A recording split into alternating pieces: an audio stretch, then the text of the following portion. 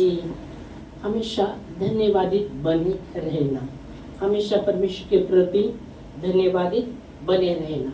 किसी भी परिस्थिति आए हमारे जीवन में, पर परमेश्वर के प्रति हमेशा धन्यवादित बना रहना उसके विषय में, क्योंकि लिखा है रोमियो की किताब 8:28 में, जो परमेश्वर से प्रेम करते उनके लिए सब बातें मिलकर परमेश्वर भलाई को उत्पन्न करेगा।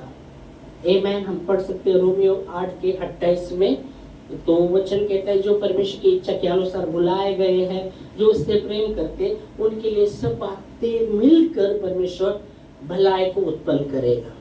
आमीन, आमीन। तो इसलिए बहुत जरूरी है परमेश्वर के प्रति हमेशा हम धन्यवादित बने रहे, क्योंकि पता नहीं हमको कि उस परिस्थिति में जब हम चलते तो हमको बहुत बार हम निराश होते हैं, उदास हो जाते हैं, बहुत बार हम टूट जाते हैं, पर पता नहीं परमेश्वर उस परिस्थिति में भी कैसे काम करते, वो तुमको भी पता नहीं, मुझे भी पता नहीं, क्योंकि वचन कहता है जब परमेश्वर की इच्छा के अनुसार हमको बुलाया गया है और हम उससे प्रेम करते हैं, तो परमेश्वर हमारे लिए सब बातें मिलकर भलाई को ही उत्पन्न करेगा। आमीन। और इसलिए हमें हमेशा परमेश्वर के विषय में धन्यवादित बना रहना बहुत ही जरूरी है। पढ़ सकते हैं वचन हमें। और हम जानते हैं कि जो लोग परमेश्वर से प्रेम रखते हैं, हाँ, उनके लिए सब बातें मिलकर भलाई को उत्पन्न करती है, अर्थात उन्हीं के लिए जो उसकी इच्छा के अनुसार बुलाए गए। आमीन। तो पौलुस यहाँ कहते हैं कि हम जानते हैं जो परमेश्वर से प्रेम रखते उनके लिए सब बातें मिलकर भलाई को ही उत्पन्न करता है, क्योंकि उसकी इच्छा के अनुसार जिनको बुलाए उनके लिए सब बातें मिलकर भलाई को ही उत्पन्न वो करेगा। आमीन। और इसलिए हमें धन्यवादित बना रहना बहुत ही जरूरी, हर बातों में धन्यवादित बना रहना। 1 थिस्सलुनीस के 5:18 में भी वचन कहता है, 1 थिस्सलुनीस 5:18, हर परिस्थिति में धन्यवाद करते रहो, क्योंकि पिता की यीशु मसीह में यही इच्छा है। पढ़ेंगे। हर बात में धन्यवाद करो, हर बात में धन्यवाद करो, क्योंकि तुम्हारे लिए मसीह यीशु में परमेश्वर की यही इच्छा है। हर बात में धन्यवाद करते रहो, क्योंकि पिता की यीशु मसीह में यही इच्छा है, हर बात में। और इसलिए हर परिस्थिति में, हर बात में हमें धन्यवादित बना रहना है। आमीन, हालेलुया। धन्यवादित बना रहना है, धन्यवादित बना रहना है। Praise God. देखो, धन्यवादित बना रहना, ये जो धन्यवादित बना रहना, ये जो चिन्ह है वो पवित्र आत्मा की उपस्थिति को दर्शाता है। धन्यवादित जब हम बने रहते हर बात में परमेश्वर के प्रति, ये जो चिन्ह है वो पवित्र आत्मा की उपस्थिति को दर्शाता है। तो उसके विरुद्ध क्या होगा? उसके विरुद्ध में जब हम हर बात में शिकायत करते हैं और क्या करते, बुड़बुड़ाते या कुड़कुड़ करते हैं, ओके, कुड़कुड़ करते, वो जो चिन्ह है दुष्ट आत्मा की उपस्थिति को दर्शाता है।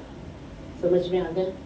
वो चिन्ह दुष्ट आत्मा की उपस्थिति को दर्शाता है। जब हम हर बात में शिकायत करते हैं और बुड़बुड़ाते हैं, बुड़बुड़ाते हैं, और जब हम बुड़बुड़ाते हैं, कुड़कुड़ करते हैं, ये चिन्ह दुष्ट आत्मा की उपस्थिति को दर्शाता है। और दूसरा हमने देखा जो धन्यवादित बने रहते, ये जो चिन्ह है पवित्र आत्मा की उपस्थिति को दर्शाता है। आमीन।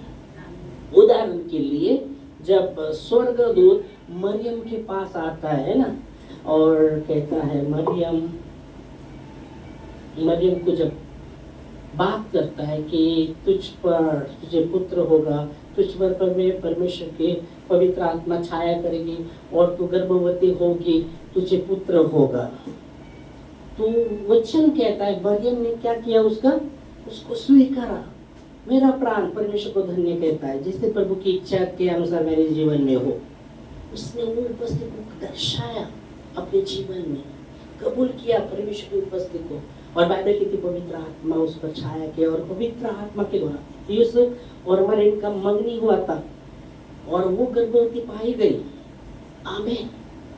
तो धन्यवादित बना रहना, ये पवित्र आत्मा के उपस्थिति का एक चिन्ह है। परमेश्वर की पवित्र आत्मा का उपस्थिति का चिन्ह है। और इसलिए बहुत बार हमें कुड़कुड़ाना नहीं, हर बात में शिकायत नहीं करना, पर हमें धन्यवादित बना रहना है। आमीन।